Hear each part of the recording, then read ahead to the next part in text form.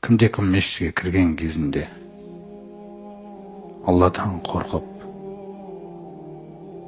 келе жатқан кезде Алла Тағала ол адамның мойнына, бас жағына және екі иығына сол намазға дейінгі күллі күнәларын жүктеп қояды дейді.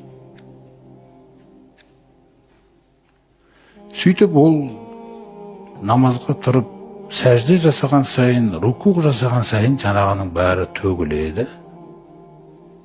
Сөйтіп мешіттен шыққан кезде күнәсіз шығады.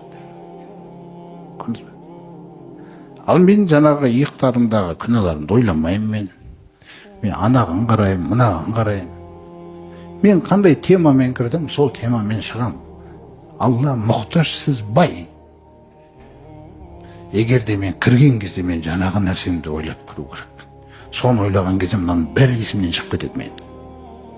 Халық, қанша халық тұрғанда білмей қалуым керек. Өйткені менің ойлап келген нәрсем сол. Мен соны неғұрлым ойлаймын, соғұрлым Алла мені сақтайды. Соғұрлым.